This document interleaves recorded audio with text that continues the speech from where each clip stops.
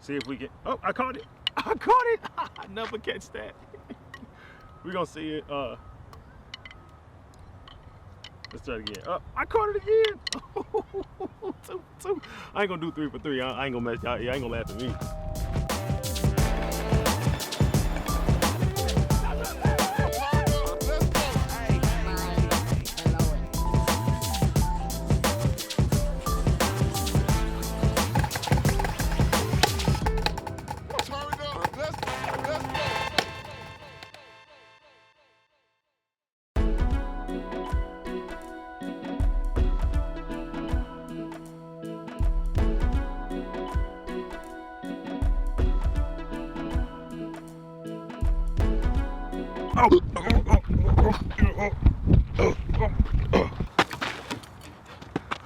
Oh my gosh, that scared the piss out of me. That's not the first time I crashed. It's the first time I crashed that one though. But, so what we're gonna do is now we're gonna get some equipment out. We're gonna make a beat with the Joué play. Joué, I don't speak French. The play thingy, yeah. After I do that, see if we can make a cadence to it. Cool, let's go.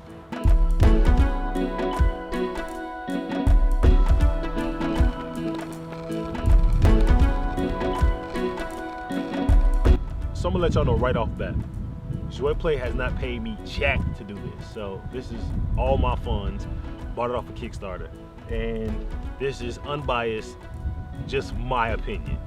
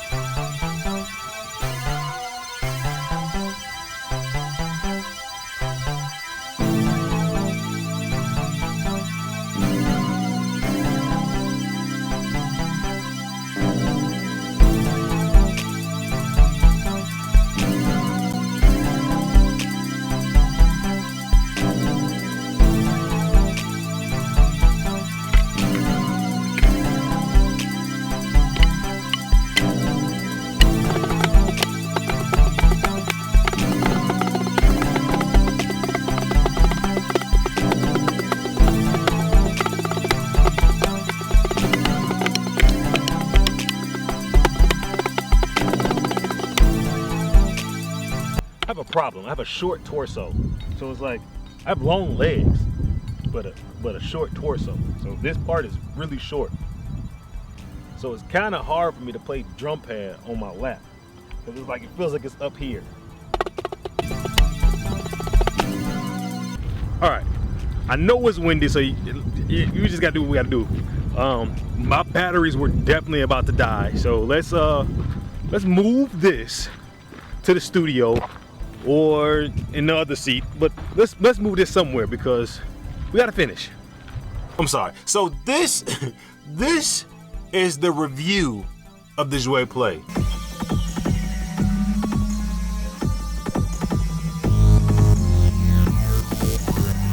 When we break down the Joué Play, I have a few. I'm gonna say this with pros and cons. I need my pros and cons list. Had to go grab my list. All right, so I'm gonna break the Joué Play down in pros and cons. Pro, if you're looking for something to make real quick beats with, as far as like a quick loop, it's perfect. You can set it from 2, 4, 6, or 8 bars. If you want something just to keep playing, if you're like trying to live loop something, that is what you want to use. Another pro, if you want to make a quick background track for YouTube, something like if you want just something real quick, like real quick soft in the background song, and you just want it to keep looping, again, it goes back to the loop factor, but that would be perfect. That is something you want to use it for. That's the end of my pros. Really, the Joué Play is not a pro producer gear. It's not a pro product. It is a hobbyist consumer product, in my opinion. and this is all honesty, this is not me being biased, this is just what I experienced as a musician, as a producer, trying to produce some music. I went into it thinking one thing and got a totally different experience. Con number one, there is no quantization at all. It does not quantize anything. So you have to be spot on with your track, with your playing, or you just got to keep trying until you get it. Yeah, that's a good. That can be good or bad. It just helps you be on time when it comes to laying down on the metronome. But if that's what you're going for, and that's what he's going for, I sent him an email. So being someone that purchased the Kickstarter, and I know the people behind Joué Play want feedback from the consumers, the people that back the Kickstarter, I sent them an email. I said, hey, can you guys think about putting the quantize feature in the app? And he responded with basically no. He said, I want them to practice to get better. And I'm summing it up because I'm not looking at the email right now. Let me just pull the email up. Fumblerooski. I said, hello, hope all is going well. I purchased the Play when it was on Kickstarter and finally got to dive into it yesterday. It's fun, but very limited from what I initially thought it would be. Is there a way that quantization could be added, or at least a way to edit the notes once they're recorded? After building a few songs, I was wondering if there would be any way that I could get a pro version to demo. This is me asking, hey, can I demo the pro version so I can compare it to the Play? Like, because it's clearly, if this is what you're offering, maybe the Pro is different. Hey, can you blame me? I definitely want to demo it. The Play is a fun piece of equipment, but I wonder what the main difference is as far as music production and integration into producers' workflow when compared to the Pro version. Looking forward to hearing from you and working with you. Thanks and have a blessed day. So he got back to me within like the same day. He said, hi Isaac, thanks for your honest feedback. We receive a lot of requests for quantization. Unfortunately, we want to force users to improve their skills and learn how to play in time. We might reconsider our position as a lot of our users are asking for this feature. Pause right there. So if a lot of your users who pay for the product are asking for quantization, why would you ignore their plea for quantization? That is something that most musicians, most producers use when they're producing music. Because sometimes a note is just a 16th, a 32nd, a 64th off. And quantization helps that. Because if you're off by a whole measure, a whole note, yeah, that's different. But a 64th note, a 32nd note, a 16th note, I just push that over. Like, you can push that over. Or if you want them to learn, let them be able to edit it. Let them be able to just drag and drop. No, you can't do that in the app. When I read that, I was like, what? We will very soon launch an online upgrade from Play to Pro so that you'll be able to purchase the Pro version and install it on your Playboard. That was honestly, that was disappointing to hear when the guy said, no, we're not adding a quantization feature. And we're not adding an edit. We may think about it. He responded to another one, said, we may think about the edit feature, but as of right now, we're not. That's not something we're worried about. Basically, I'm paraphrasing. I said, if quantization is something that you may not add, please consider note editing. Even the most experienced producers like the ability to fix one note without having to re-record all the time. Also, is there a way to get a tap tempo button? Talk about that later. He got back with me. Thanks for your message. We were considering the editing feature. For the tap tempo, we will definitely allow this very soon on the app. Please keep us updated on your social media networks, blase, blase, blase. This is the greatest part right here. The price should be a difference between the Play and the Pro product around $100 Euro. So you'll be able to correct your mistake. I said something earlier like, maybe I got the wrong instrument. So after reading all of that, you can upgrade to the Pro version, to the Pro editor for an additional $100 Euro, which is like what, 120, 130 American. Put a pin in that. Next con. Con number 2, there are no individual controls for a part once it's recorded. And what do I mean by that? If you record a part and you want to edit or add effect to it, just a simple part, like if you record do do do do and you want that do to be affected by some type of effect, you can't affect that one note. You have to affect the entire thing you played. What in the world is that? Maybe I just want that note to be affected. I don't want my other 3 notes to be affected. I want that last one to be affected. Not a good look. Not for me, not a good look. Because I was in the middle of making a song. I was, oh man, it sound cool if I put a little filter on this. It filtered everything. It didn't filter what I wanted, it filtered everything. Yeah, it wasn't fun. Also, to add something on top of that, once you lay down a part, if you want to go back and add another part to it at a different sound, you can't. If you change the part, if you put down a road and you want to change the road to, if you want to add another part that's a piano, it changes your previous road part to a piano sound. There is no changing of that. There are no changing of that unless you have another skin, which brings me to con number 3. Con number 3, the amount of instruments you have depends on the amount of skins you have. Luckily for me, I bought the 2-pack. Whoa, I'm sorry. The 2-pack. I bought the 2-pack. So it gives me double each instrument. Each one came with 4 instruments, so I have 8 instruments. So I can have up to 8 parts. But if I would have only bought one, either the fire or the ice, or the fire or the water, I would have only had 4 instrument parts. And you can't change the sounds once you lay a part down. So all my parts, if I kept adding and adding, will have that same sound, which limits your creativity. Which brings me to con number 4. You can't add sounds. As far as I know right now, you cannot add sounds to the app. The app has a designated amount of sounds, and that's all you have. You cannot add to the sounds. So you can't take a VST from a DAW and put it into your app because it just doesn't let you do that. Not yet, not now. I don't know when. But right now, no. You basically are handicapped to a limited amount of sounds that they put on. I think it's like 40 options, which is cool, but what if you want more sounds than that? Producers have way more sounds than that. Way more sounds. Which takes me to con number 5. The app does not play with DAWs. It is not integratable with a DAW. So the app is standalone. You can only use it as itself. MIDI controllers, as a MIDI controller, yes, it can function with your DAWs, your Pro Tools, your Fruity Loops, your any of these other things. But as far as using the skins, which is the main part of buying it, right? You can't use the Joué Play to its complete functionality with any random DAW. Strictly for the app. It is designated only for the app, and that's it. Con number 6, no tap tempo. I said that, I put that in the email. So I have to literally go up and down. I have to find the tempo that I want to do by sliding the slider. Like, no, come on, put a tap tempo on there. All DAWs have a tap tempo.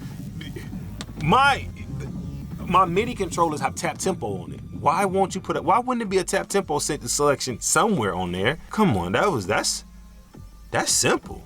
Con number 7, this is pretty big. A lot of false triggering. I'd be playing and I would get a lot of false triggers, as in double or triple notes. So I would have to do the whole part over again because I can't edit parts. And it would happen a lot. A lot. That is a problem.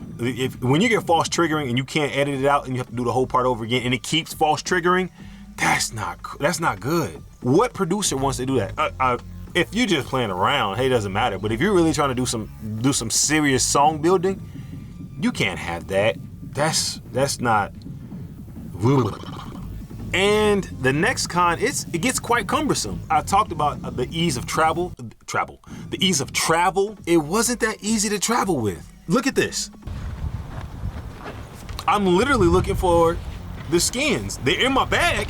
I knew I packed them in there, but I just couldn't find them. Couldn't find them at all. I didn't know what happened.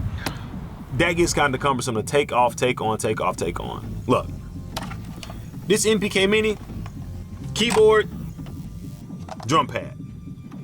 Everything I want to do, I can do on the keyboard, drum pad. Everything. I even have knob selectors. I can change parameters of everything. Modulation wheel, everything. Arpeggiator. I literally have every option I want on this. So with that being said, let's talk about one of the main things, the price.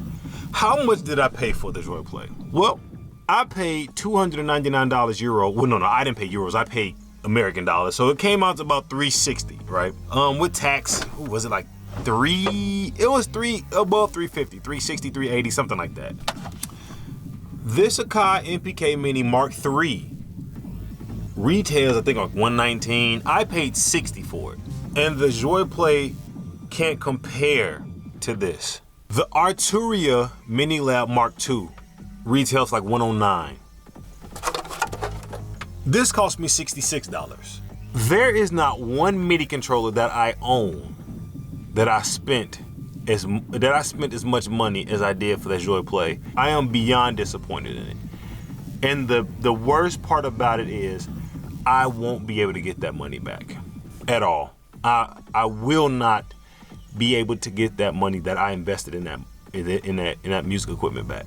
That's the worst part about it. And on top of that, to add insult to injury, the guy Thomas asked, he said I can give $100 more to get the Pro app to use with something I just spent darn near $400 for anyway. No, I won't, Thomas. I won't be doing that. It's a lot of other things I could have done. I could have spent that $360 on. I could have got 2 Arturias and an MPK Mini for the price that I spent on one Joué Play. And it doesn't even do what I needed to do, honestly. I wanted to use it so I could sample songs, and I can't. That's the disheartening part. And when users ask a company that when they spend, I wasn't a beta tester. I legitly spent my money. When multiple users, hey, can you add a quantization feature on it? And you say no. Pro producers use quantization all the time. That's not saying that they're not good, but again, everyone needs a little help every once in a while. That's not shameful to use a little boost, a little help. Not at all. When they add for simple things, tap tempo, note editing, these things matter when it comes to pro grade equipment. Now, if it's a hobbyist, heck, you can do a kazoo. I'm not asking for if I grab a kazoo, I don't want it to be auto-tuned. If I'm using something like one of those fake karaoke things, I'm not expecting pro grade gear out of that. But when I spend darn near $400 for a MIDI controller, I'm expecting it to do pro grade things. That's not what I got at all. At all. Would I recommend it to anyone to buy? Heck no. Heck no. Heck no. No. Nope, wouldn't do it. Will I sell it? Lord knows I may give it away. I may just do a raffle to give it away so someone else can see what it's like. I won't make that money back, so I won't even waste my time with that. So we'll see. I could use it to make quick YouTube background music. That's what I'll probably end up doing the most. Cause like I said, if I want to just keep doing a quick loop, I can literally make the loop, record it from the Joué Play app to a DAW, and then use it that way. But I have to use 2 computers for that. I don't even know if I can use it from app to DAW in the same computer. I think I have to use an audio interface and go back into a computer, or audio interface into another computer. See the extra steps that I don't need to take? I do not need to do that with this. And this has a sustain pedal. I can use a sustain pedal with this. Can't do that with the Joué Play. Can't do it. Could I use it while drumming? Nah, I can't. Not really, because since there's no quantization and no note editing, and I have to keep it, if I'm off a bit and it sounds off, I have to keep editing the part. Keep editing the part. My other looper has a quantization feature. Even Ableton, Logic Pro X, the upgrade, all of those have quantization features plus a looper. What did I pay $360 for? Oh my gosh, plus tax. Oh, I could have bought a legit synth with that. My Akai Advance 61 only cost me $100. Man, boy was I duped. But all right, guys. So with that being said, I know that's kind of loud. I might have to adjust that one in post. Would I do it again? No, I wouldn't. Am I going to get any more gear from Joué Play. No, I'm not. That was enough. I tested the waters. That was enough. I don't need any more. It's a good hobbyist machine, but when I went into it, when I spent that $300 plus, I had music in mind that I wanted to do, and I can't. So it may seem like I'm coming down on the company, but I spent my money. You can test it out and find out, but I won't recommend it. If you test it out yourself, that's on you. Just learn from me and just go get it in the car. All right, guys, that was enough of me talking about that equipment. I have nothing else to say about that. But tune in next time for some more gear that I gotta do. Speaking of more gear I have to do, I'm gonna do this one. I have some songs that I want to create, and I guess I got the right gear to do it now. So I will say no shame on the company for putting out what they put out. I just thought it was something different. That's all I have. This video is pretty long as it is. So from right now, from where I'm sitting, I'm gonna just tell you how I end all my shows. Be good, be cool, and be easy. Peace.